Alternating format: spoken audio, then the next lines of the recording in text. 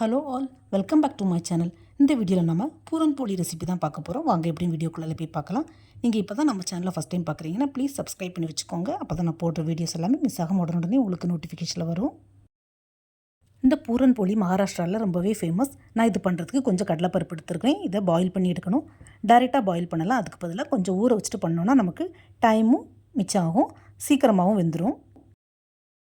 So உங்களுக்கு தேவையான கடலைப்பருப்பை first ஒரு 2 to 3 டைம் தண்ணியில் நல்லா வாஷ் பண்ணிவிட்டு கொஞ்சமாக தண்ணி ஊற்றி ஒரு 1/2 hour to 1 hour ஊற வச்சு எடுத்துக்கோங்க. பருப்பு ஊறுற நேரத்தில் நம்ம இதுக்கு தேவையான மாவை ரெடி பண்ணி எடுத்துக்கலாம்.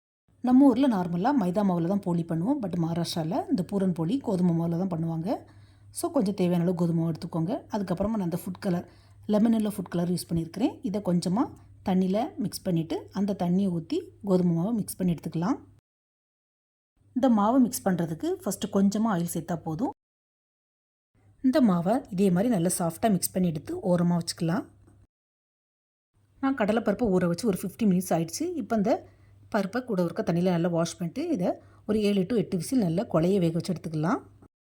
கடலைப்பருப்பு இந்த மாதிரி குழைய வேக வச்சு எடுத்தால் தான் நம்ம போலி பண்ணும்போது நல்லா சாஃப்டாக ஸ்மூத்தாக வரும் நமக்கு.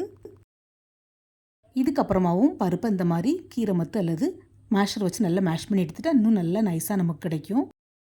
கடலைப்பருப்பு இந்த மாதிரி நல்லா மேஷ் பண்ணி எடுத்ததுக்கப்புறமா கேஸ் ஸ்டவ்வில் ஒரு கடாய் வச்சுக்கலாம். அதில் கொஞ்சமாக கீ ஆட் பண்ணிக்கலாம். இப்போ நம்ம மசிச்சு வச்சுருக்கிற பருப்பை இதில் சேர்த்துக்கலாம்.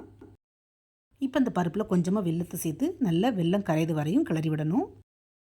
நம்ம போட்ட வெல்லம் நல்லா கரைஞ்சி பருப்போடு சேர்ந்து இந்த மாதிரி வறண்டு வரணும். இந்த ஸ்டேஜில் கொஞ்சமாக ஏலக்காய் பொடி சேர்த்துக்கலாம். ஏலக்காய் பொடி சேர்த்து நல்லா மிக்ஸ் பண்ணி விட்டுட்டு கேஸ் ஆஃப் பண்ணிடலாம்.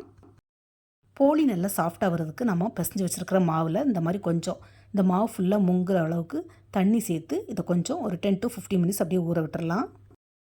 இந்த டிப்ஸை யாருமே ஃபாலோ பண்ணியிருக்கவே மாட்டேங்க, யாரும் சொல்லியிருக்க மாட்டாங்க. ஸோ இந்த மாதிரி போலிக்கு ட்ரை பண்ணி பாருங்கள், செம்ம சாஃப்டாக இருக்கும் போலி. 10 நிமிஷம் இந்த மாவு நல்லா ஊறினதுக்கப்புறமா தண்ணியிலேருந்து தனியாக எடுத்து திரும்பவும் கொஞ்சம் எண்ணெய் சேர்த்து, அதாவது நல்லெண்ணெய் சேர்த்து இதை நல்லா திரும்பியும் பிசைஞ்சு விட்டுக்கலாம். பாருங்கள், பிசைஞ்ச மாவு இருந்ததுக்கு இப்போ ரொம்பவே சாஃப்டாக இருக்குது. இப்போ போலிக்கு தேவையான பூர்ணமும் மாவு ரெடி ஆகிட்டு நான் வரமாவுக்கு கொஞ்சம் அரிசி மாவு எடுத்துருக்கிறேன். இந்த பூரன் போலியை 2 டைப்பில் பண்ணலாம். அதாவது வரமாவை மேலே தூவியும் போலி பண்ணலாம். இன்னொரு டைப்பில் தனி நெய்யவே மேலே தடவி போலி பண்ணலாம்.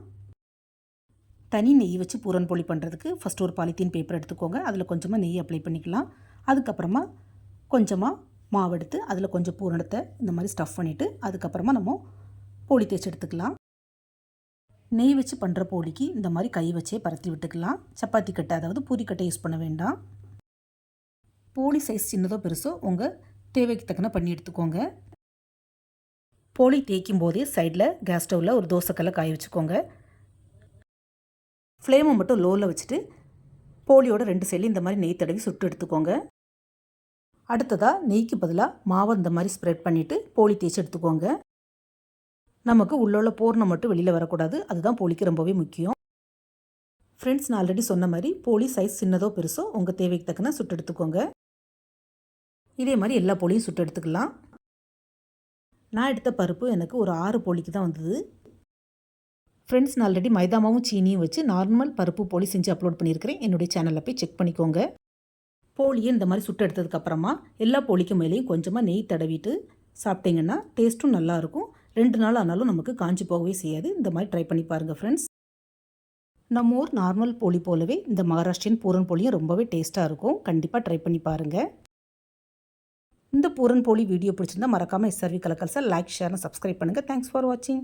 See you soon in the next video. Bye bye. Take care.